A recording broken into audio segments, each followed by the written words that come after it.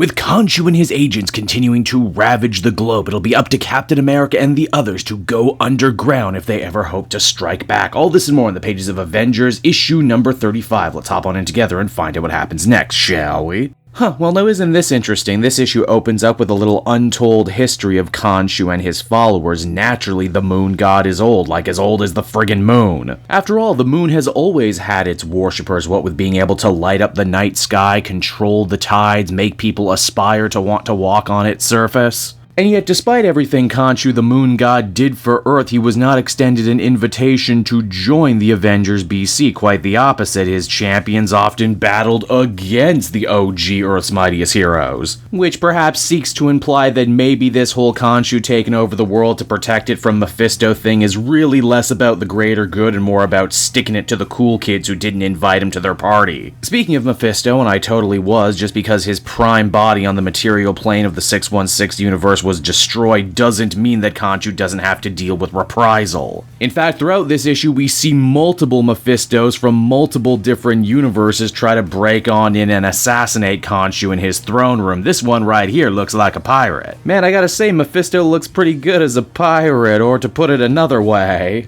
But Brennan sure can wear the shit out of that pirate hat. Now, even though Khonshu has conquered the world, he still really hasn't conquered everyone else. Captain America and the rest of the Avengers have gone underground in an attempt to oppose the Moon World Order. And tonight is a very important mission for them. They're going to be robbing one of Khonshu's moon trains. What makes a moon train different than any other train? Your guess is as good as mine. This is actually a pretty fun scene because we primarily get to see Captain America and Blade pal around. Blade says it's nice to not actually be the oldest person in a room for a change, which, well, I never actually stopped and thought about that before. Now, the train in question wasn't carrying weapons or supplies or anything obvious like that. Oh, no, it was carrying Avengers. The team manages to rescue depowered Danny Rand, Iron Fist, and Robbie Reyes, who further go on to explain how Moon Knight jumped them and stole their powers. Robbie even saying, "He didn't just steal my car, he took my spirit of vengeance," even though Robbie didn't originally have the spirit of vengeance, and that's something that Jason Aaron continues to misunderstand with this run, but hey, I sound like a broken record now. And as annoyed as that makes me, it's actually the conversation that happens next between Iron Man and Captain Marvel, who are still taking care of the Star Brand baby, annoys me much more. You see, Iron Man is at his wits' ends right now. He's still very messed up from his trip to the past, and the fact that even though he basically saw this Mephisto stuff coming, there was nothing he could do to stop it. He also saw Empire coming too, but that's a whole other issue.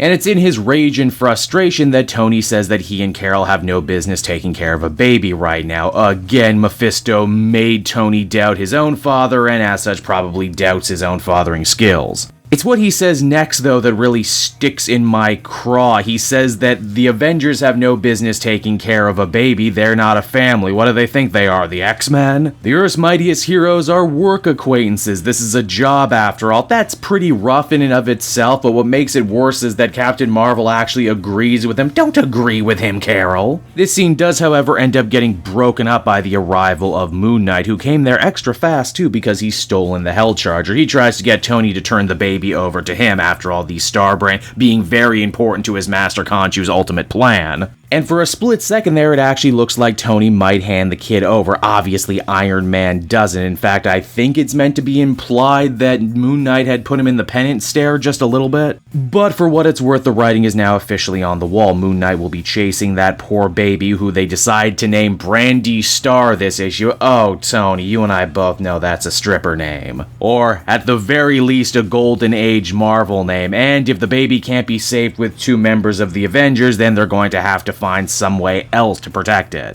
And while Khonshu has been making great strides in dealing with all the different versions of Mephisto who have come to kill him, who Khonshu probably didn't see coming, though, was the newly freed Black Panther, who instead of going on the run and going underground like his friends, has decided to do the kingly thing and whoop some ass himself as the comic comes to a close. And so that was Avengers issue number 35, and honestly, I was not feeling this issue as much as the one that preceded it. The Khonshu stuff continues to be cool. I like subbing him into the much bigger Marvel universe, and even giving him a pretty understandable, if ultimately super petty, reason to want to fight the Avengers and want to take over the world in the first place. Moon Knight also seems to be defying him, and that also seems to be getting under Khonshu's skin, as it seems that Spectre is choosing the Avengers over him, which is kinda cool. It's the rest of the book that I'm just a little bored with. How many times have we seen Captain America lead a resistance group against an evil occupying force? Plenty in this one didn't exactly bring anything new. Then you got the whole subplot with Iron Man and Captain Marvel, which could, in concept, be pretty cool. These two have butted heads a lot in the past, now they're forced to take care of a kid. But I sincerely hope what Tony said in anger this issue isn't exactly what Aaron does think the Avengers relationship truly is, because that would be sad. I mean, there's still time for Stark to do a 180, but if this is true, then wow, Iron Man just said something that is in complete contradiction to what he said in Empire in just the last couple issues. Overall, I feel comfortable giving this one a 6.5 out of 10. There's a lot to enjoy, but I think there's a little bit more that I didn't enjoy.